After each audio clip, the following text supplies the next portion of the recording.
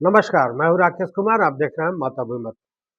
मित्रों, आज के पाठक बैठक में नहीं गए। उस बैठक में जो निर्देश था हाईकोर्ट का और बैठक होना था मौर्य होटल में।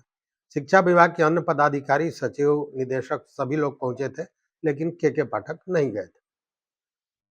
अब देखिए, जो के पाठक और विश्वविद्यालयों के बीच या कुलाधिपति के बीच जो ये तल्खियां थी, उन सारे चीज़ों को लेकर के पाठक के पास भी कुछ न कुछ उस तरह का है, जिसके चलते ये सारी चीज़ें चल रही हैं।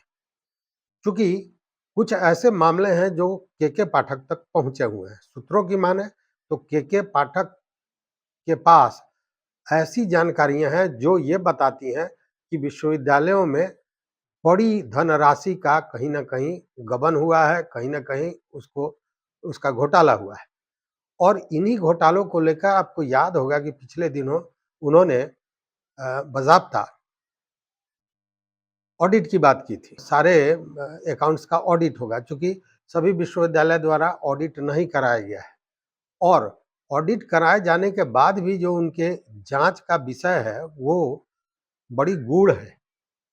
मेरे पास जो जानकारियाँ मिल रही हैं, उसके अनुसार कोरोना काल में ऐसे-ऐसे विश्वविद्यालयों ने गुल खिलाए हैं, जो आप सुनेंगे तो आप परेशान हो जाएँगे। कोरोना काल में विश्वविद्यालय बंद थे, कक्षाएँ नहीं हो रही थी, सब चीज़ ठप पड़ा हुआ था। बावजूद उस बीच में भी विश्वविद्यालयों ने जो खर्च किया है, वो सामान्य की तरह किया है, जिसमें करोड़ों के हेरा-फेरी का आरोप लग रहा है या शंकाएँ ज़ाहिर की जा रही हैं।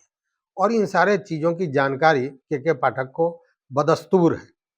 वैसे में के पाठक स्वाभाविक है कि इन चीज़ों पर लगते, भिड़ते और जाँच करते, लेकिन इन्हीं सारी चीज़ों के बीच में ये जो तल्खियाँ थीं, जो राजभवन और शिक्षा विभाग के बीच हुई, उसके चलते ये सारा चीज़ ठप पड़ा हुआ है।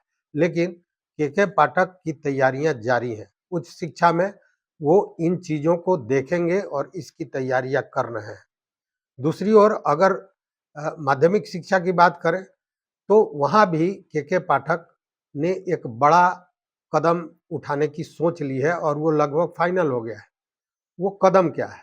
आपको याद होगा, इसके पहले भी कई वीडियो में हमने बताया था और कई जगह आपने देखा होगा कि ये जो डेस्क बेंच मामला था, सबमर्सिबल का मामला था, ये प्री फायर स्ट्रक्चर का मामला था, उसमें लगातार आ रहा था कि गड़बड़ियाँ की गई हैं, जो मानक है उसके अनुसार सप्लाई नहीं किया गया है। पटना में आपने देखा होगा कि बेंच पर बच्चे बैठे और बेंच टूट गया। तो ये सारी चीज़ें सामने हैं और इसको लेकर के पाठक ने एक बड़ा कदम उठा लिया है।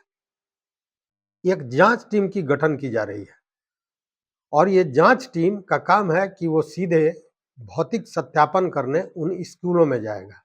उन स्कूलों में जो चीज़ें सप्लाई हुई है, उसको देखेगा, उसका मिलान करेगा कि क्या वो मानक के अनुसार सप्लाई की गई है कि नहीं। अगर की गई है तो ठीक है, और अगर नहीं की गई है तो के पाठक साहब का ये कहना है कि वैसे स्थिति में किसी तरह का पूछताछ, कोई एक्सप्लेनेशन इसकी कोई ज़रूरत नहीं है। सीधे जो सप्लायर है उस पर एफआईआर दर्ज कर दी जाए।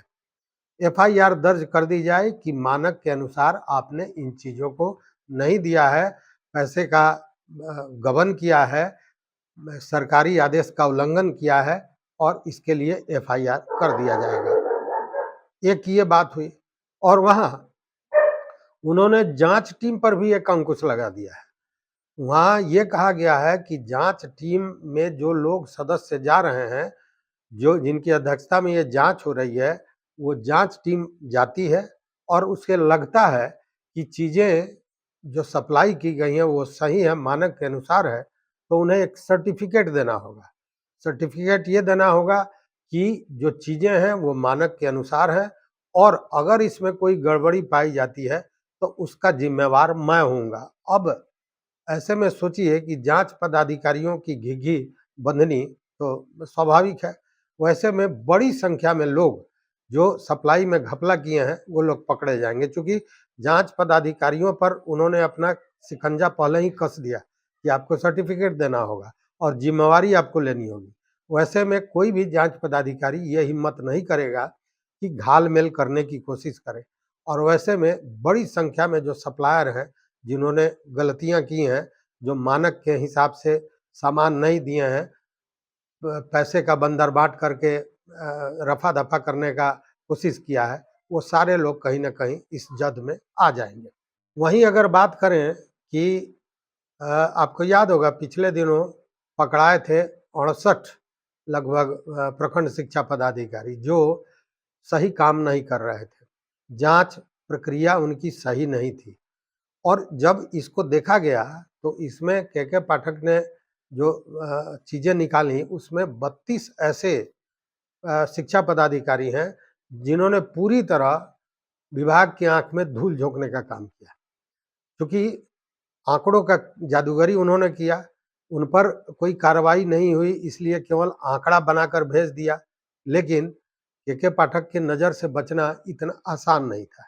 पिछले आँकड़ों के साथ मिलान करते हुए, देखते हुए अपने जो उनके अपने सूत्र हैं उनको से जानकारी लेते हुए इस स्थिति में इस परिणाम पर पहुँच गए कि 32 ऐसे शिक्षा पदाधिकारी हैं जिन्होंने पूरी तरह अनुशासनहीनता की है, विभाग के आदेश की अवहेलना की है और कहीं न कहीं दिग्भ्रमित करने का काम किया है। ऐसे लोगों पर भी कार्रवाई हो सकती है, ये भी तैयारी कहीं न कहीं चल रही है और के पाठक इसमें लगे हुए हैं।